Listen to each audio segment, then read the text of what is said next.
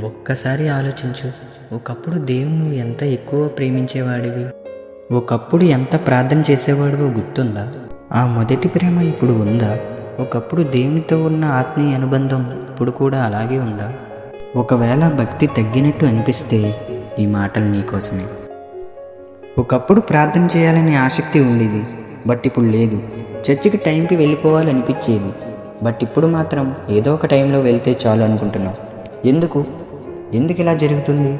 అలా భక్తి తగ్గకుండా దేవుని దగ్గర ఉండి దేవుని మీద ప్రేమ తగ్గకుండా ఉండాలంటే ఏం చేయాలి అనే విషయాలు ఈరోజు తెలుసుకుందాం.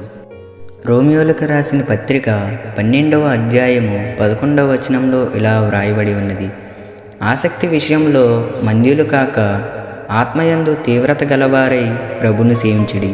మన ఆసక్తిని కోల్పోకుండా దేవుని ప్రేమించాలి.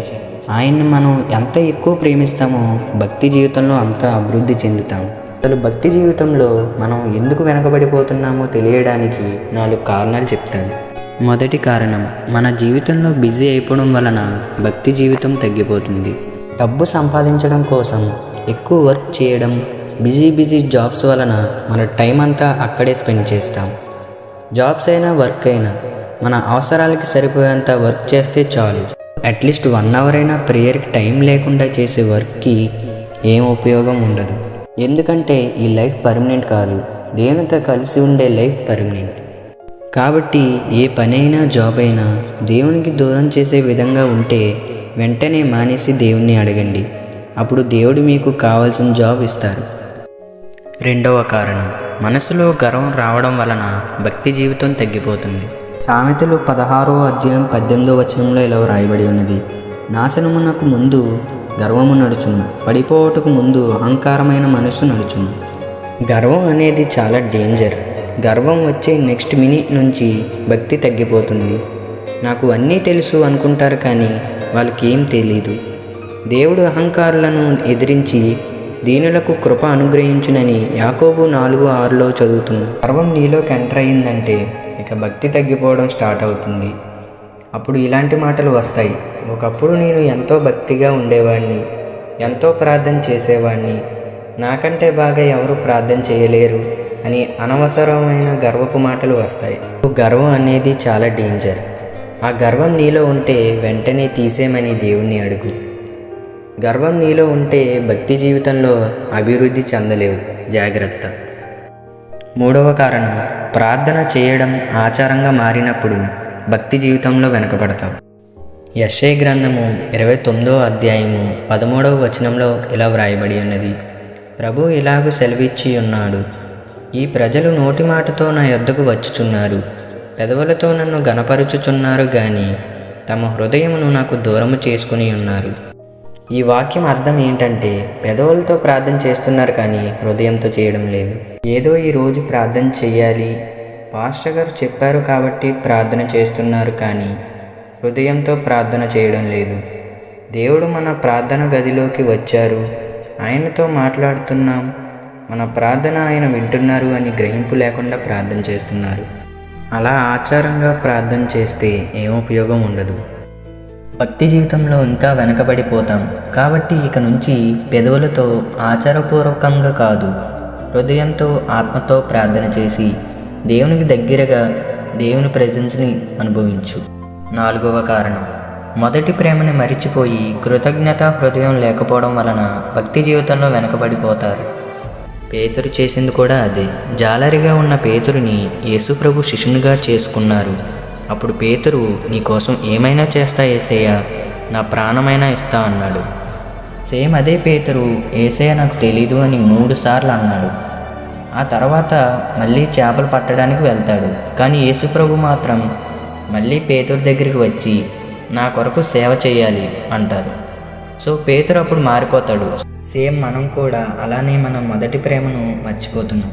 మనం పాపంలో పడి ఉన్నప్పుడు, దేవునికి దూరంగా ఉన్నప్పుడు, దేవుని మనం ఎంత బాధ పెట్టినా సరే దేవుడు మాత్రం మనల్ని ప్రేమించి నశించిపోకుండా రక్షించిన రోజుని మర్చిపోవడం వలన మనం భక్తి జీవితంలో వెనకబడిపోతున్నాం. అయినా కూడా దేవుడు ఇంకా మన కోసం ఎదురు చూస్తున్నాడు. మనం మొదటి ప్రేమను మర్చిపోయినా కూడా ఆయన ప్రేమ మాత్రం మన మీద ఇంకా తగ్గలేదు. నువ్వు భక్తి జీవితంలో వెనకపడినా కూడా ఆయన ప్రేమ చూపించడంలో వెనకపడలేదు.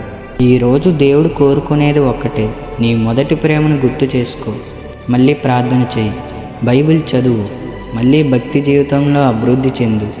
అదే దేవుని కోరిక. ఈ 4 కారణాల వలనే భక్తి జీవితంలో వెనకపడిపోతున్నావు. అలా భక్తి తగ్గకుండా ఉండడానికి 5 మార్గాలు ఏంటో ఇప్పుడు తెలుసుకుందాం. మొదటి మార్గం, ప్రార్థన చేయాలి. ప్రార్థన లేకుండా భక్తి జీవితంలో నిలబడలేవు. ప్రార్థన తగ్గితే ఆటోమేటిక్గా భక్తి తగ్గిపోతుంది. ప్రార్థన చేయడం భారంగా ఉండకూడదు, ఆసక్తితో ప్రార్థన చేయాలి. ఒక్కసారి ఆలోచించు, నీకు నచ్చిన వారితో టైం తెలియకుండా మాట్లాడతావు. నీ మొబైల్ యూజ్ చేయకుండా ఒక్కరోజు కూడా ఉండలేవు కదా. మరి నీకు లైఫ్ ఇచ్చి, నిన్ను రక్షించి, నీకు పరలోకం ఇస్తా అంటున్న దేవునికి రోజు ప్రార్థన చేయలేవా? నా కొరకు 1 గంట సేపు అయినా ప్రార్థన చేయలేవా అని దేవుడు నిన్ను అడుగుతున్నాడు. కాబట్టి ప్రార్థన చేయడం మానొద్దు. రెండవ మార్గం, డైలీ బైబిల్ చదవాలి. మన శరీరానికి ఆహారం లేకపోతే ఎలా బలహీనపడుతుందో, సేమ్ అలానే మన ఆత్మకి వాక్యం లేకపోతే భక్తి బలహీనపడుతుంది. మత్తయి సువార్త 4వ అధ్యాయం 4వ వచనంలో ఇలా వ్రాయబడి ఉన్నది, మనుషుడు రొట్టె వలన మాత్రము కాదు గాని దేవుని నోట నుండి వచ్చు ప్రతి మాట వలనను జీవించును అని వ్రాయబడి ఉన్నదని. బైబిల్ అనేది పాస్టర్స్ మాత్రమే చదివే గ్రంథం కాదు, ప్రతి ఒక్క మనిషి తప్పకుండా చదవాల్సిన గ్రంథం. వాక్యం నీకు దారి చూపిస్తుంది, వాక్యం నీతో మాట్లాడుతుంది, వాక్యం నీ జీవితాన్ని మారుస్తుంది. వాక్యం లేకపోతే భక్తి తగ్గిపోతుంది. ఇక నుంచి రోజులో కనీసం 30 నిమిషాలైనా బైబిల్ చదవడం స్టార్ట్ చేయండి. మీ భక్తి జీవితాన్ని కాపాడుకోండి. మూడవ మార్గం, ప్రతి సమయంలో దేవుని స్తుతించాలి. చాలామంది సంతోషం ఉన్నప్పుడు మాత్రమే దేవుని స్తుతిస్తారు, కానీ ఎలాంటి సిచ్యువేషన్లో ఉన్నా దేవుని స్తుతించాలి. అదే దేవుని చిత్తం. 1వ తెస్సలోనికీయులకు రాసిన పత్రిక 5వ అధ్యాయము 16 నుండి 18 వచనాల్లో ఇలా వ్రాయబడి ఉన్నది, ప్రతి విషయం నందును కృతజ్ఞతాస్తుతులు చెల్లించుడి. ఇలా చేయుట యేసుక్రీస్తునందు మీ విషయంలో దేవుని చిత్తము. సంతోషం ఉన్నప్పుడు, అన్నీ బాగున్నప్పుడు అందరూ స్తుతిస్తారు. అలా ఉండకూడదు. ప్రతి సమయంలో స్తుతించాలి. నువ్వు స్తుతించిన ప్రతిసారి దేవుని సన్నిధి దిగి వస్తుంది. స్తుతించినప్పుడు శత్రువులతో యుద్ధం గెలుస్తావు. స్తుతించినప్పుడు మన మనసు దేవుని వైపు తిరుగుతుంది. ఒక్కసారి ఆలోచించు, దేవుణ్ణి నువ్వు స్తుతిస్తున్నావా? దేవుడు స్తోత్రముల మీద ఆసీనుడై ఉన్నాడని బైబిల్లో చదువుతున్నాం. కాబట్టి దేవుణ్ణి ప్రతి సమయంలో స్తుతించడం మర్చిపోకు. 4వ మార్గం, ఫాస్టింగ్ ఉండాలి. ప్రతి క్రైస్తవుడు ఖచ్చితంగా ఉపవాసం ఉండాలి. ఉపవాసం అనేది చాలా శక్తినిస్తుంది. ఎన్నో సంవత్సరాల నుంచి, బంధకాల నుంచి ఉపవాసం మనకు విడుదల ఇస్తుంది. ఫాస్టింగ్ అనేది మన ఆత్మని స్ట్రాంగ్ చేస్తుంది. మనకు తెలియకుండానే దేవునికి ఎక్కువ కనెక్ట్ అయిపోతాం. మనం ఉపవాసం ఉన్న ప్రతిసారి మన ఆత్మలో మార్పు వస్తుంది. దేవుడు మనకి ఏం చెప్తున్నాడో అని గ్రహింపు వస్తుంది. కాబట్టి వారంలో ఒక్కరోజు అయినా ఉపవాసం ఉండండి. కనీసం సంఘంలో ఉపవాస ప్రార్థన నియమిస్తే ఖచ్చితంగా మీరు కూడా ఉపవాసం ఉండండి. ఉపవాసం ఉన్న ప్రతిసారి నీ భక్తి అభివృద్ధి చెందుతుంది. కాబట్టి ఉపవాసం ఉండడం స్టార్ట్ చేయండి. 5వ మార్గం, పరిశుద్ధులతో భక్తిగా జీవించే వారితో ఫ్రెండ్షిప్ చేయాలి. ఎందుకంటే వాళ్ళే భక్తి జీవితంలో ఎదగడానికి సహాయం చేస్తారు. నువ్వు భక్తిలో తగ్గిన ప్రతిసారి నిన్ను మోటివేట్ చేస్తారు. ఫర్ ఎగ్జాంపుల్, నీకు ఇప్పుడు ఫైర్ కావాలి, బట్ నువ్వు మాత్రం వాటర్ దగ్గరికి వెళ్తే ఫైర్ వస్తుందా? ఆలోచించు. నువ్వు మండాలి అంటే నీ చుట్టూ మండించే వాళ్ళు ఉండాలి, కానీ నీళ్లు వేసి చల్లార్చే వాళ్ళు కాదు. కాబట్టి నువ్వు ఎవరితో ఫ్రెండ్షిప్ చేస్తున్నావు అనేది చాలా ఇంపార్టెంట్. నువ్వు ఖాళీగా ఉన్నప్పుడు బైక్ రైడ్కి వెళ్దాంరా అనే ఫ్రెండ్స్ మనకొద్దు. బైబిల్ చదువుదాంరా, ప్రార్థన చేద్దాంరా అనే ఫ్రెండ్ మనకు కావాలి. ఒక్కసారి ఆలోచించు, నీ ఫ్రెండ్స్ ఎవరు? నిన్ను లోకంలోకి తీసుకువెళ్ళే వాళ్ళ, లేదంటే ప్రార్థన వైపు నడిపించే వాళ్ళ? నీ ఫ్రెండ్స్ భక్తిగా ఉంటే నిన్ను భక్తిగా ఉంచడానికి ప్రయత్నం చేస్తారు. సో భక్తిగా జీవించే వారితో ఫ్రెండ్షిప్ చేయడం స్టార్ట్ చేయి.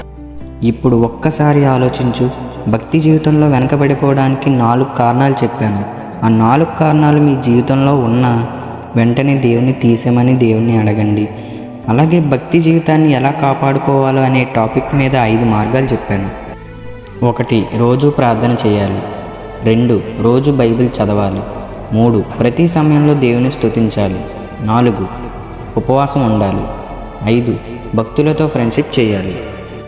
ఈ 5 నువ్వు ఫాలో అయితే ఖచ్చితంగా భక్తి జీవితంలో అభివృద్ధి చెందుతావు. ఈరోజు దేవుడు నీతో ఒక మాట మాట్లాడాలి అనుకుంటున్నాడు. నా మొదటి ప్రేమ నీకు గుర్తుందా లేదా మర్చిపోయావా? ఆలోచించు.